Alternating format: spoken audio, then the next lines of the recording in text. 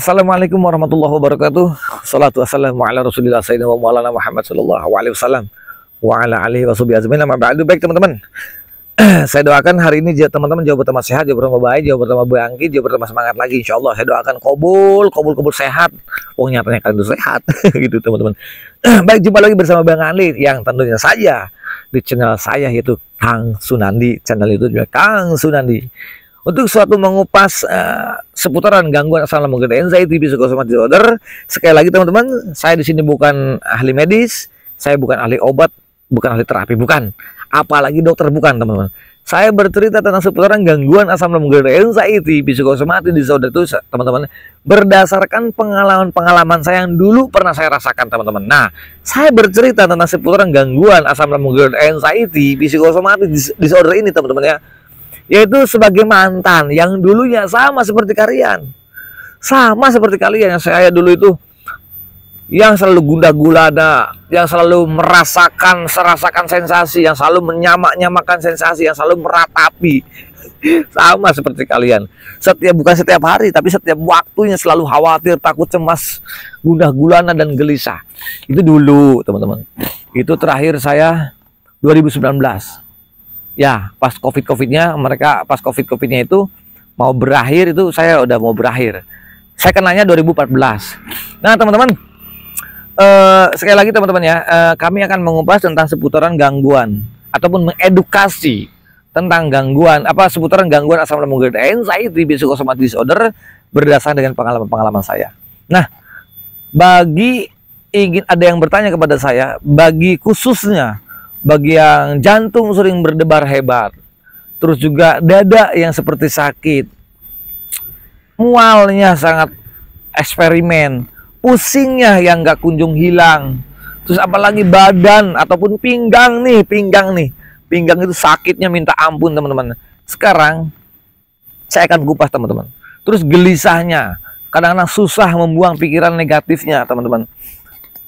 Untuk di video kali ini saya akan mengupas semuanya itu teman-teman. Ya, walaupun tidak sepanjang lebar gitu ya, hanya sebagian. Mudah-mudahan kalian bisa termotivasi oleh edukasi video-video saya teman-teman ya, untuk seputaran gangguan asam lambung gerd, anxiety, psikosomatis. Oke teman-teman, jangan di-skip, jangan dipotong-potong ya teman-teman. Kenapa? Agar kalian tidak gagal paham gitu ya. Terus juga jangan lupa teman-teman ya, tombol loncengnya, tombol notifikasinya agar kalian tidak ketinggalan oleh video-video terbaru saya teman-teman gitu ya. Dan yang baru bergabung teman-teman di channel saya yang belum subscribe terlebih dahulu teman-teman, karena buat saya pribadi itu subscribe sangatlah penting. Kenapa? Karena agar video-video saya itu bisa lebih berkembang dengan baik. Kalau sudah berkembang dengan baik teman-teman, video-video saya itu justru saya juga menambah semangat untuk saya selalu bikin konten untuk seputaran gangguan asam lambung gerd, anxiety, psychosomatic disorder. Dan juga teman-teman, video-video saya juga itu tentang seputaran gangguan asam lambung gerd, anxiety, psikosomatis itu udah dari pertama saya terkena gangguan asam lambung gerd, anxiety, terus sampai ke rumah sakit dan sebagainya, itu sudah ada di video-video sebelumnya. Kalian bisa cari deh video-video saya tuh, coba tentang gangguan apapun sudah saya share teman-teman. Jadi karena ini ada permintaan gitu ya di kolom komentar saya, baik saya akan memperjelas teman-teman. Nah, yang pertama teman-teman ya, untuk yang jantung sering berdebar ataupun secara tiba-tiba itu teman-teman ya, itu daripada yang dulu saya pengalaman itu ada dua hal. Itu daripada panic attack. Panic attack itu nggak harus berpikir ataupun kita gini deh, cemas itu, takut itu, khawatir itu kalau kita melihat sesuatu, teman-teman melihat sesuatu, wow, yang dikatakan contoh lah, kita melihat anjing galak, waduh ini gak cemas, boleh, wajar, itu anxiety. Dan semua manusia punya anxiety. Jangan disamakan anxiety dengan disorder teman, beda. Kalau anxiety, semua manusia punya anxiety ataupun anxietas itu punya. Tapi yang punya disorder, nah itu beda. Psikosomatis beda lagi, hipokondria beda lagi. Nanti saya akan kait-kaitkan apa hubungannya antara anxiety, disorder ya, psikosomatis ataupun hipokondria. Nah, semua manusia itu punya anxiety, yaitu cemas. Punya, dan itu wajar. Waduh, ada anjing galak, kita cemas, wajar dong. Saya ngelihat teman kecelakaan, jatuh dari motor, dari apa? Cemas, aduh gimana ya? Wajar, itu punya anxiety disorder, itu wajar. Gitu. Jadi umum, lumrah itu. Nah, yang nggak wajar itu yang mempunyai disorder. dia anxiety disorder. Nah, penyebabnya biasanya itu daripada gangguan asam lambung, GERD, anxiety, psikosomatis disorder. Jadi gini, penyebabnya adalah anxiety gitu. Nah, anxiety disorder ini teman-temannya, disorder itu adalah sesuatu dikatakan yang berantakan. Pikiran kita berantakan, tidak tahu penempatan, teman-teman. Jadi gini deh, orang yang terkena anxiety disorder itu, kalau orang yang nggak punya anxiety, yang nggak punya disorder, dia punya anxiety gitu kan, ya, normal lah ya, orang normal sama orang yang nggak normal. Orang yang anxiety disorder kan nggak normal ya, pikirannya kan selalu demam mambrah. Gini, dia mau nyebrang jalan, nengok kanan kiri, ini orang yang normal ya, tengok kanan kiri gitu kan ya, dia aman ya, udah nyebrang aja, itu orang-orang normal. Tapi bagi orang-orang yang terkena anxiety disorder itu beda. Dia nengok kanan kiri walaupun sudah aman, dia mikir tuh, masih mikir aja. Takut, khawatir, yang berlebih, yang tidak tahu penempatannya itu dia selalu berantakan rasa takut, khawatir, dan cemasnya. Karena orang yang terkena anxiety disorder berpikirnya gitu ya, selalu apa ya? Jadi berpikirnya selalu gini deh. Kita nih contoh, kalian tuh suka jantung yang berdebar. Bagi orang-orang yang terkena anxiety disorder, dia pikir sakit jantung. Wah, jangan-jangan jantung gua kena nih. Jangan-jangan jantung gua ada apanya? Emang ada apanya sih, brother? Saya kasih tahu ya, kalian itu nggak usah khawatir berpikir ke sana. Saya ingin mencerdaskan kepada orang-orang yang terkena anxiety disorder ya, gitu. Ingin mencerdaskan agar kalian tuh bisa, bisa lebih cerdas lagi loh, gitu loh. Bahwa jantung kalian berdebar itu sesuatu yang wajar. Ada dua hal. Yang pertama, kalian terkena panic attack. Panic attack itu nggak harus ngelamun, nggak harus melihat sesuatu yang mengkhawatirkan, tidak. Kadang lagi tidur pulas-pulas juga, begitu ketika bangun tidur langsung jantung berdebar, itu wajar. Itu kalian lagi terkena serangan panik ataupun yang dikatakan umumnya panic attack, dan itu wajar dan itu tidak berbahaya, teman-teman. Kalau kalian sudah bisa berdamai dengan sensasi itu, dan si panic attack tersebut juga akan 10 menit, nggak sampai lah, paling 7 menit sampai 5 menit itu hilang, selesai gitu. Karena kalian semakin panik, semakin takut, khawatir, was-was, panik, takut, khawatir, was-was, itu semakin berdebar, semakin hebat. Akhirnya apa? Tenaga adrenalin kita semakin berkumpul, semakin cepat. Nah, akhirnya ayo cepat rumah sakit. Nah, dia begitu. Karena dia paniknya ada gitu. Itulah namanya serangan panik ataupun panic attack, teman-teman. Jadi itu sesuatu yang wajar dan itu banyak, teman-teman. Kalau nanti saya akan menjabarkan satu persatu ya di video selanjutnya. Nah, itu teman-teman yang untuk dikatakan kalau kalian penyebab apa sih penyebab dikatakan jantung bisa berdebar. Karena kalian tuh berpikirnya selalu ekstra. Jantung berdebar selalu dikait-kaitin dengan jantung. Kok dada sakit selalu dikait-kaitin dengan jantung. Perut begas selalu dikait-kaitin dengan jantung. Jangan-jangan lambung saya ada apanya? Emang ada apanya? Wong kalian itu terkena gangguan asam lambung, GERD, anxiety, psikosomatis disorder, ataupun hipokondri, ataupun mahnya akut, ataupun lambungnya luka. Teman-teman, saya kasih tahu itu tidak berbahaya sama sekali. Jadi kalian nggak usah khawatir, nggak usah dipikirin. Ingat, orang-orang terkena gangguan asam lambung, GERD, anxiety, psikosomatis disorder itu, teman-teman, kalian itu berperangnya bukan dengan penyakit, bukan. Nggak ada hubungannya. Jadi kalian itu berperangnya dengan apa? Kalian itu berperangnya itu dengan pola pikir kalian. Kalian itu dirubah mindsetnya, itu. Itu berperangnya di situ, di pola pikir kalian, di mental, brother. Gitu, agar saya ingin mencerdaskan kalian itu. Wow, ternyata ini gua di mental. Iya, memang di mental. Jadi kalian harus pinter, brother.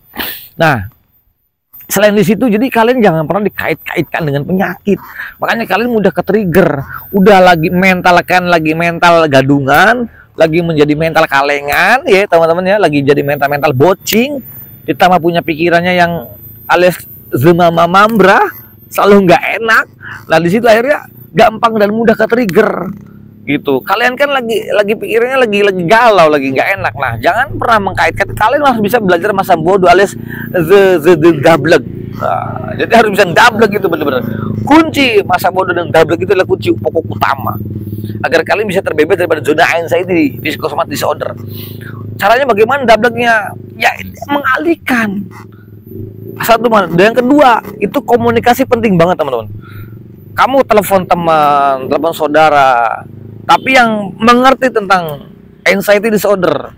Nah, kalian bisa tuh kalau pengen menghubungi saya itu bisa di nomor telepon saya, itu DM dulu ke TikTok saya. Itu Kang Sunardi, nanti bisa chatting, kita bisa apa namanya, bisa komunikasi di situ, boleh, nggak jadi masalah gitu.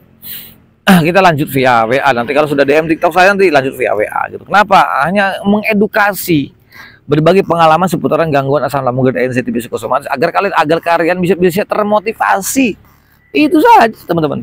Nah, selain kita apa namanya, tidak terlalu khawatir tentang jantung yang berdebar dengan sensasinya, kalian nggak usah khawatir ya. Untuk penderita gangguan asam lambung dan sensitif psikosomatis itu, kalian adalah orang-orang yang baik-baik saja, dan kalian orang-orang yang paling kuat. Dan sekali lagi teman-teman, tidak berbahaya dan itu bukan penyakit, jadi kalian nggak usah khawatir. Itu bagi jantung yang berdebar teman-teman. Jadi kalian, bagi yang komentar jantung selalu berdebar dan selalu sakit dadanya, itu nggak usah khawatir. Itu bukan jantung. Kalau kalian penyakit jantung itu nggak mungkin bisa nonton sampai full video-video saya, apalagi sampai komentar-komentar di kolom komentar saya, nggak mungkin. Yang kalian juga nggak sadar dan sebagainya.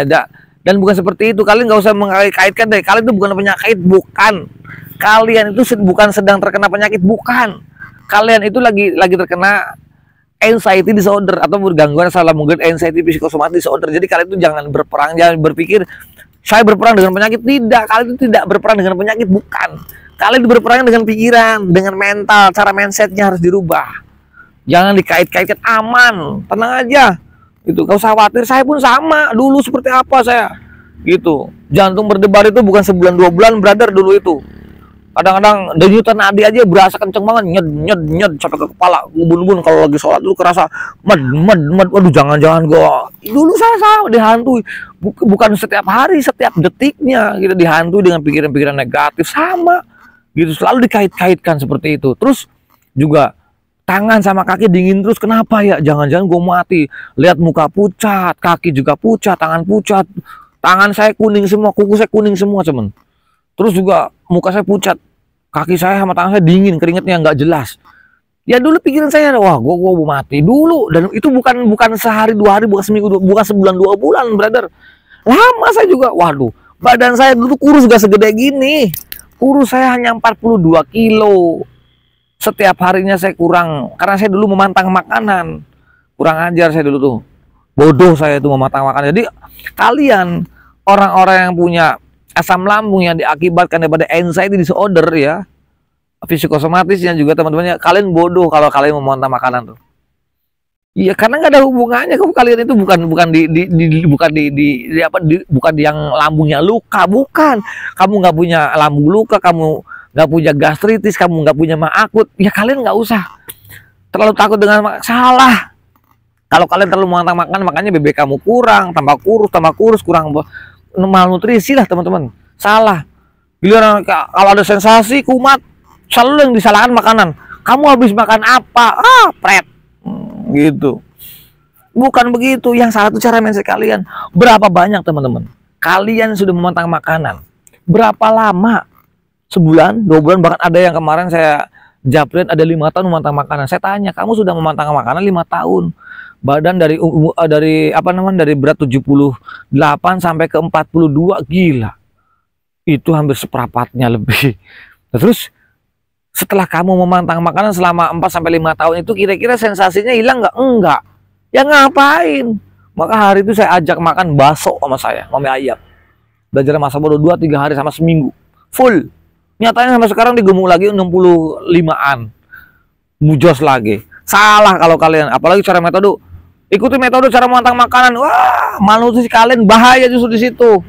Gitu. Kasih tahu sama saya. Nah, jadi yang ada juga bagaimana caranya membebaskan pola pikiran negatifnya. Itu saja belajar masa bodoh. Udah. Nyatanya pegang satu prinsip, kalian itu, gue ini terkena gangguan asam lambung dan sensitif psikosomatis, tidak berbahaya, ngapa mesti gue takut, bodoh amat, lawan amat, lawan, belajar masa bodoh, itu saja teman-teman. Nah, satu di situ teman-temannya. Nah, terus yang kedua itu teman-teman, kalian juga harus bisa begini, selain masa bodoh ataupun cuek dengan sensasinya, kalian bisa mengabaikan pola pikiran negatifnya dengan cara berkomunikasi, bersosialisasi. Ya, itu penting banget, penting. Nah, teman-teman. Selain jantung berdebar, terus juga keringat dingin keluar ataupun dekat dada yang sakit, yang kelingan itu teman-teman ya, itu teman-teman, banyak beberapa faktor yang harus kalian penuhi. Yang pertama, kalian nggak usah, jangan begadang. Coba kita tidur malamnya gimana, sudah maksimal belum? Satu. Yang kedua, asupan makannya kita sudah normal, sudah memenuhi syarat belum? Bahasanya itu sudah mencukupi belum nih asupannya? Itu yang kedua. Yang ketiganya, air putihnya kita kadang-kadang kurang daripada air putih juga ngaruh teman-teman. Yang keempatnya adalah olahraga pun juga ngaruh. Kalau kalian tidak olahraga sama sekali, ya itu kelengannya awet, kelengannya, mata buramnya. Kenapa? Sirkulasi darah kita kurang maksimal. Jadi otak pun juga butuh oksigen.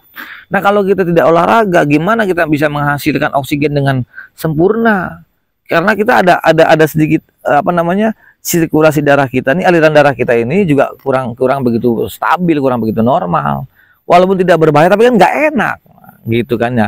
Nah, yang kelimanya, jangan terlalu sepaneng, jangan terlalu besar dalam berpikir, jangan terlalu khawatir, jangan terlalu cemas, jangan terlalu takut, jangan terlalu was-was, jangan. Itu abaikan, brother. Itu kenapa? Karena itu nggak penting bagi orang-orang terkena anxiety disorder, itu nggak penting, bahkan siapapun nggak penting. Memikirkan pada sesuatu yang belum terjadi, memikirkan kepada sesuatu yang belum terjadi, yang belum tentu gitu.